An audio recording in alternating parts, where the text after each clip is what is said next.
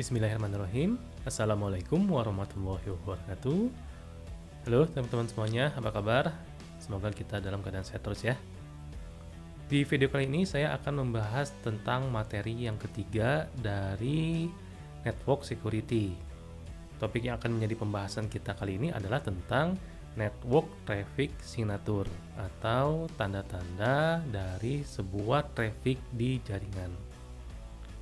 Ketika kita bicara tentang network security, kita harus paham dan bisa menganalisis tentang traffic yang ada di dalam jaringan tersebut. Nah, setiap traffic atau setiap paket-paket yang ada di dalam traffic tersebut akan ada tanda-tandanya. Mana paket atau traffic yang disebut dengan traffic normal, mana yang disebut dengan traffic suspicious atau yang dicurigai. Kalau teman-teman sudah bisa membedakan dua jenis traffic tadi, maka teman-teman bisa melakukan tindak pencegahan dari serangan-serangan yang mengancam melalui jaringan. Materi yang pertama, kita akan mulai dari pembahasan tentang CVE atau Common Vulnerabilities Exposure. Ketika kita ingin melindungi atau mencegah serangan yang ada atau yang menuju ke dalam jaringan kita, maka kita harus memastikan bahwa perangkat-perangkat keamanan kita itu dapat saling berbagi informasi dan saling berkoordinasi antara satu perangkat dengan perangkat yang lainnya. Jadi kalau misalkan kita punya IDS atau IDPS, maka IDPS yang ada di jaringan kita itu harus bisa berkomunikasi atau berbagi atau sharing dengan IDPS yang ada di jaringan luar lainnya. Supaya apa? Supaya semua informasi-informasi yang terkait dengan kerentanan atau vulnerabilities itu bisa diketahui oleh perangkat-perangkat keamanan kita juga. Begitupun sebaliknya. Ketika kita mengalami serangan, perangkat kita akan merecord semua data-data atau informasi-informasi terkait dengan serangan dan kerentanan tersebut, kemudian akan di-sharing ke IDPS yang lainnya. Sehingga informasi-informasi tentang serangan dan kerentanan itu dapat terupdate. Permasalahannya adalah setiap perangkat keamanan itu mempunyai bahasa-bahasa masing-masing, di mana bahasa-bahasa mereka tadi itu akan menginterpretasi tanda-tanda atau signature yang mungkin akan berbeda dari satu perangkat dengan perangkat yang lain. Nah, disinilah peran dari standar CVE atau standar Common Vulnerabilities and Exposure, di mana standar CVE ini dia dapat mengizinkan perangkat-perangkat untuk saling berbagi informasi dengan menggunakan standar yang sama. Mau merek atau vendor perangkat manapun, tetap masih bisa sharing-sharing informasi tentang vulnerabilities-nya.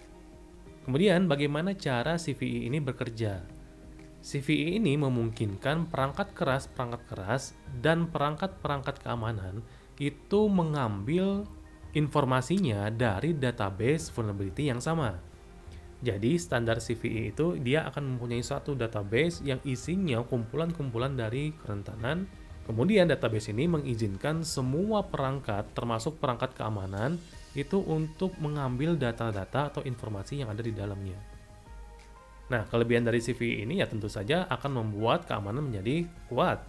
Kemudian juga performance dari perangkat-perangkat keamanannya juga akan semakin baik. Bagi teman-teman yang kerja sebagai security engineer atau security networking, ketika ingin membeli sebuah perangkat IDPS atau Intrusion Detection Prevention System, maka teman-teman harus bisa memastikan perangkat tersebut support dengan CVE. Karena memang ada beberapa perangkat yang tidak support CVE. Jadi teman-teman harus jeli dan teliti.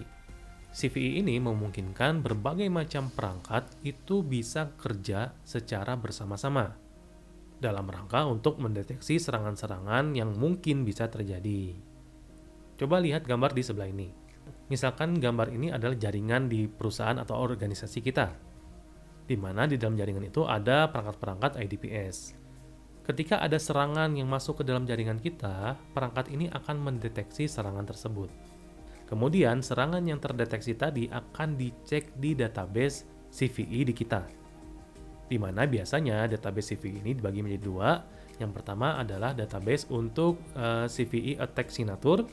Yang kedua, database untuk CVE vulnerabilities. Nanti serangannya masuk itu akan dicek di masing-masing database. Signature serangannya bagaimana, kemudian dia akan mengancam ke kerentanan yang mana, dan semuanya akan terrecord di sana.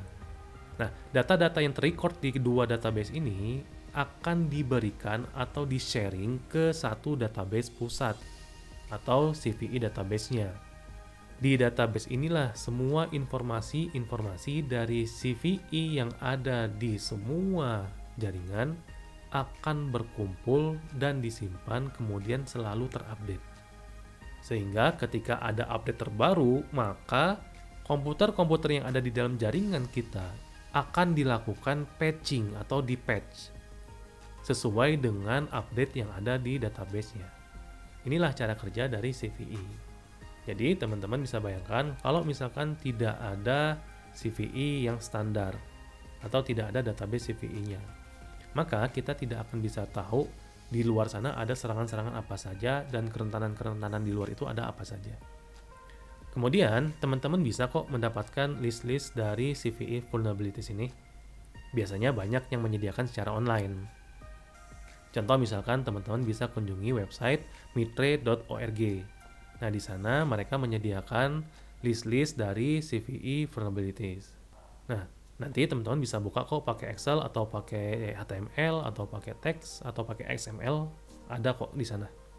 Cuman yang harus digarisbawahi di sini adalah list yang teman-teman download tadi itu bukan vulnerability database-nya, tetapi hanya daftar-daftar dari kerentanan-kerentanan yang ada saja. Nah, beberapa informasi dari list ini antara lain misalkan ada nama vulnerability-nya, terus ada deskripsi dari vulnerability-nya, dan biasanya juga ada yang menambahkan referensi dari mana dia mendapatkan informasi itu. Nah, bentuknya kurang lebih seperti ini. Teman-teman bisa lihat sendiri ya. Setelah kita mengetahui cara kerja dari CVE ini, kita akan masuk ke materi tentang analisis signature. Nah, di sini kita akan mencoba untuk memahami bagaimana cara menganalisis tanda-tanda yang terjadi di dalam sebuah traffic di jaringan. Sebelumnya, teman-teman harus memahami apa itu signature.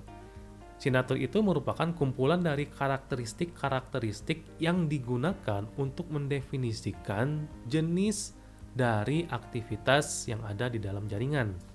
Nah, kumpulan dari karakteristik ini biasanya banyak. Contoh misalkan bisa berupa IP number atau bisa berupa IP option, ada juga yang berupa TCP flag, ada juga yang berupa nomor port, dan lain-lainnya. Nah, biasanya beberapa perangkat-perangkat IDS itu akan membuat sebuah database yang isinya adalah traffic normal atau traffic signature normalnya. Jadi, di database IDS itu tersimpan semua tanda-tanda aktivitas-aktivitas normal dari sebuah traffic jaringan, tetapi ketika ada traffic yang anomali atau yang dicurigai, atau yang tidak sesuai dengan signature yang ada di database-nya, maka IDS tadi akan mengeluarkan atau men-trigger sebuah alarm. Tetapi, ada juga beberapa perangkat yang menyimpan signature dari serangan-serangannya ke database perangkat itu sendiri. Jadi, jika ada serangan yang masuk ke jaringan dan sesuai dengan signature yang ada di dalam database-nya, maka perangkat tersebut akan men-trigger sebuah alarm. Terus, apa itu signature analysis atau analisis signature? Analisis signature ini biasanya sebuah praktek atau sebuah cara untuk menganalisis dan memahami TCP/IP communication atau komunikasi TCP/IP. Nah, teman-teman ingat kan, komunikasi di TCP/IP itu bagaimana? Setelah melakukan analisis dan memahami TCP/IP communication-nya, tujuannya adalah untuk menentukan apakah paket tersebut termasuk ke paket yang legal atau yang ilegal. Atau di sini bahasanya adalah paket yang normal dan paket yang dicurigai. Nah, kita bisa menentukan mana yang normal, mana yang harus dicurigai itu berdasarkan kemampuan kita dalam melakukan analisis dan memahami komunikasi TCP/IP. Jika teman masih ingat tentang komunikasi TCP/IP, dalam TCP/IP itu kan ada header ya. Nah, header itu bisa dikategorikan sebagai normal header dan bad header. Yang akan kita analisis di sini adalah informasi-informasi yang ada di dalam bad header atau header yang jahat. Biasanya, sebuah paket itu sering dirubah informasi yang ada di header. Jelas dirubahnya sama si penyerang ya. Nah, ketika ada perubahan informasi-informasi di header itu, maka akan muncul tanda-tanda yang suspicious atau yang dicurigai. Nah, biasanya yang dirubah itu kayak source dan destination IP address. Ada juga source dan destination nomor portnya. Kemudian ada juga IP option, protokol, dan checksum-nya. Kadang ada juga yang merubah IP fragmentation flag-nya, terus offset, dan identifikasinya. Biasanya itu yang dirubah. Nah, berikut ini saya kasih contoh beberapa cara untuk menganalisis signature yang terjadi pada bad header information, terutama yang checksum ya. Nah, ketika kita mendapatkan sebuah suspicious signature yang berupa checksum, kita bisa melakukan pengecekan terhadap error-error yang ada di dalam paket data tersebut. Kalau kita sudah tahu mana yang error, maka kita bisa menentukan mana paket atau pesan yang sudah dirusak, mana yang belum, selama proses transitnya. Kemudian kita juga bisa menggunakan beberapa rumus-rumus matematika untuk ngecek checksum yang berubah di dalam paket tersebut. Yaitu beberapa cara dalam menganalisis ada perubahan-perubahan yang terjadi pada checksum tersebut. Kalau misalkan menganalisis data payload yang dicurigai bagaimana? Nah, teman-teman harus paham dulu payload itu apa. Payload itu adalah sebuah actual data yang dikirimkan dari sebuah aplikasi dari satu komputer menuju ke aplikasi lain yang ada di komputer lainnya. Terus, untuk mencek data payload ini apakah normal atau suspicious, biasanya kita menggunakan perangkat yang namanya IDPS. Nah, IDPS ini dia bisa ngecek string-string yang spesifik yang ada pada data payload tersebut. Jika signaturnya berbeda, maka biasanya dia akan mendrop payload tersebut. Contoh misalkan ada program yang namanya RAT atau Remote Access Trojan. Nah, Remote Access Trojan ini kan fungsinya dia akan membuka backdoor dari sebuah sistem komputer, kemudian dia akan memberikan akses gratis ke attacker ketika ingin masuk ke sistem komputer tersebut. Yang namanya RAT itu pasti terdiri dari kode-kode kan, di mana kode Trojan itu pasti mempunyai string yang menjadi ciri khas Trojan tersebut. Nah, string inilah yang akan dicek oleh IDPS tadi. Terus, ada juga cara menganalisis dari single packet attack, atau yang kita kenal dengan namanya atomic attack. Nah, biasanya single packet attack ini akan mengirimkan satu buah paket dari klien menuju ke host. Jadi hanya bermain menggunakan satu paket. Tetapi, jika kita merubah IP option yang ada di paket tersebut, maka dampaknya bisa nge-freeze servernya. Nah, serangan ini lumayan berbahaya ya. Jadi misalkan kalau kita bisa merubah IP option terhadap sebuah paket, maka kita bisa melakukan penyerangan terhadap server tujuannya. Dan akibatnya server tersebut akan crash, akan freeze, dan lain-lainnya. Nah, option-option nomornya teman-teman bisa lihat di gambar di sebelah. Selain single packet attack, ada juga yang namanya multiple packet attack, atau yang biasanya kita sebut dengan composite attack. Berbanding terbalik dengan single packet attack, di mana kalau single packet attack tadi hanya membutuhkan satu paket untuk melakukan serangannya. Kalau multiple packet attack itu biasanya dia membutuhkan beberapa paket yang akan dikirim dan dieksekusi oleh targetnya. Salah satu jenis serangan ini adalah DOS, atau yang kita kenal dengan Denial of Service. Di mana salah satu contohnya misalkan kita menggunakan teknik ICMP flood. Nah, teman-teman ingat kan paket ICMP itu apa? Tapi kita akan mengirim ke server paket ICMP itu sebanyak mungkin. Tujuannya apa? Tujuannya supaya server tadi itu sibuk dalam merespon paket-paket yang kita kirim. Sehingga dampaknya jaringan yang ada di server tersebut akan penuh dan server akan down. Nah, itu beberapa cara kita memahami dalam analisis signature. Berikutnya, kita akan mencoba untuk menganalisis paket. Ketika sebuah paket sedang transit atau melakukan traffic di dalam sebuah jaringan, mungkin secara fisik data tersebut tidak akan terlihat.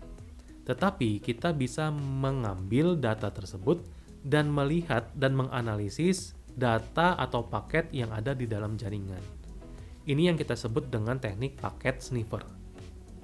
Nah, paket sniffer ini dia akan mengcapture informasi-informasi yang berhubungan dengan paket TCP/IP yang terdeteksi. Nah, kalau misalkan paketnya sudah kita capture, maka kita bisa pelajari tuh paket-paketnya. Sehingga kita bisa lebih memahami bagaimana sebuah tanda atau sebuah signatur dari paket itu terjadi. Mana yang normal dan mana yang suspicious. Tools yang paling populer digunakan untuk melakukan paket sniffer ini disebut dengan Wireshark. Nanti di materi keberapa kita akan lebih detail memahami tentang Wireshark ini. Terus bagaimana cara kita menganalisis signatur traffic? Tujuan kita untuk melakukan analisis terhadap signatur traffic ini adalah supaya kita bisa mendeteksi traffic itu normal atau abnormal atau suspicious. Caranya itu ada dua. Yang pertama, itu kita harus tahu dulu traffic normalnya seperti apa. Kemudian, kalau kita sudah paham traffic normalnya seperti apa, barulah kita akan bisa mengidentifikasi traffic yang anomali itu seperti apa. Yang pertama, sekarang bagaimana cara kita memeriksa traffic jaringan yang normal. Teman-teman harus tahu flag-flag yang penting dalam TCP. Flag-flag ini sebenarnya sudah teman-teman pelajari di materi kedua. Yang pertama, misalkan ada flag SYN. Flag SYN ini biasanya akan dikirimkan untuk memulai sebuah koneksi. Kemudian ada flag ACK atau Acknowledgement. Flag ACK ini dia akan memberi sinyal yang menyatakan bahwa paket yang sebelumnya itu sudah keterima. Terus ada lagi yang namanya flag PSH atau Push Flag. PSH ini akan mengindikasi kalau misalkan ada pengiriman yang harus segera dilakukan. Kemudian ada URG atau Urgent Flag. Urgent Flag ini digunakan ketika ada data yang urgent yang harus dikirim. Kemudian ada RST atau Reset Flag. RST Flag ini atau Reset Flag ini dia akan mengirimkan ketika satu komputer ingin berhenti dan melakukan restart koneksi dalam menyampaikan respon ketika ada sebuah masalah. Dan yang terakhir ada yang namanya FIN atau Finish Flag. FIN Flag ini dia mengizinkan satu komputer untuk mengetahui bahwa proses pengiriman data itu sudah selesai. Nah, inilah flag yang penting yang perlu teman-teman pahami beserta fungsi-fungsinya. Nah, ketika ada perubahan flag yang tidak lazim, misalkan ingin membuat sebuah koneksi, ternyata ada flag FIN, maka kita bisa kategorikan traffic di jaringan tersebut itu abnormal atau suspicious. Nah, ini adalah beberapa contoh flag yang terjadi ketika sebuah koneksi yang terjadi di dalam jaringan. Teman-teman bisa lihat sendiri bahwa paket yang pertama itu dia akan ada SYN dulu, terus yang kedua ada SYN ACK, yang ketiga ada ACK. Teman-teman pasti ingat ya, 3 paket ini disebut apa? Ya, itu disebut dengan three-way handshake. Jadi ketika kita menggunakan koneksi TCP/IP, maka pasti 3 paket ini akan terdeteksi terlebih dahulu. Jika tidak ada, maka traffic di dalam jaringan itu bisa kita katakan suspicious. Beda lagi kalau kita menggunakan UDP ya. Ini kasusnya misalkan TCP. Nah, sekarang kita akan coba memastikan signatur traffic dari jaringan yang abnormal atau yang suspicious. Ada beberapa kategori kondisi abnormal yang perlu teman-teman pahami di sini. Yang pertama adalah informational. Yang kedua ada reconnaissance. Yang ketiga ada unauthorized access, dan yang keempat ada denial of service. Informational ini maksudnya adalah traffic yang ada di jaringan itu mungkin tidak termasuk ke kategori malicious, tetapi dapat digunakan untuk melakukan verifikasi apakah serangan itu berhasil atau tidak. Jadi kategori ini hanya sekedar informasi saja. Yang kedua, reconnaissance itu si penyerang mencoba untuk mengambil informasi. Kalau yang ketiga, unauthorized access itu traffic di jaringan itu disebabkan oleh seseorang yang sudah mendapatkan akses ke dalam jaringan. Tentunya aksesnya yang tidak disahkan ya. Dan kalau yang keempat, denial of service itu adalah traffic jaringan itu bisa menjadi lambat, bahkan memberhentikan semua koneksi di jaringan tersebut. Nah, inilah kategori-kategori yang bisa kita kategorikan sebagai abnormal atau suspicious signature network traffic. Contoh misalkan, ada yang namanya ping sweep, atau biasanya disebut dengan ICMP sweep. Nah, biasanya ping sweep ini digunakan oleh si penyerang untuk memastikan lokasi dari sebuah host. Caranya adalah si penyerang tadi akan mengirimkan banyak paket ICMP echo request ke semua range IP address yang ada di dalam sebuah jaringan. Ping sweep sendiri ini sebenarnya sih nggak berbahaya, karena fungsinya memang kayak ping biasa, cuman yang di pingnya itu banyak. Nah, contoh ping sweep ini seperti gambar di sebelah. Jadi dari satu komputer penyerang akan mengirimkan paket ICMP echo tadi ke semua komputer-komputer yang ada di jaringan targetnya. Contoh yang berikutnya ada yang namanya port scan.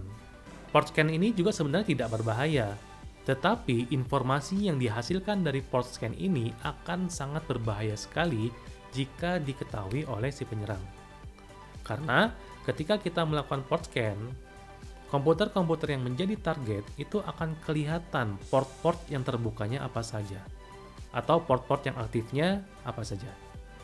Ketika port yang aktifnya terlihat, maka si penyerang itu bisa melakukan eksploitasi terhadap kerentanan yang ada di port tersebut. Signature dari port scan ini biasanya sering digunakan dengan menggunakan paket SYN. Jadi paket SYN ini akan dikirimkan ke setiap port-port yang ada di sistem komputer tersebut. Nah, contoh dari port scan ini teman-teman bisa lihat di gambar yang di sebelah. IDPS inilah yang akan membantu kita untuk mencocokkan signatur-signatur serangan tadi, supaya jaringan kita tetap aman. Nah, inilah penjelasan tentang network traffic signature. Semoga teman-teman bisa memahami apa yang sudah saya jelaskan. Kita bertemu lagi di materi tentang network security berikutnya. Assalamualaikum warahmatullahi wabarakatuh.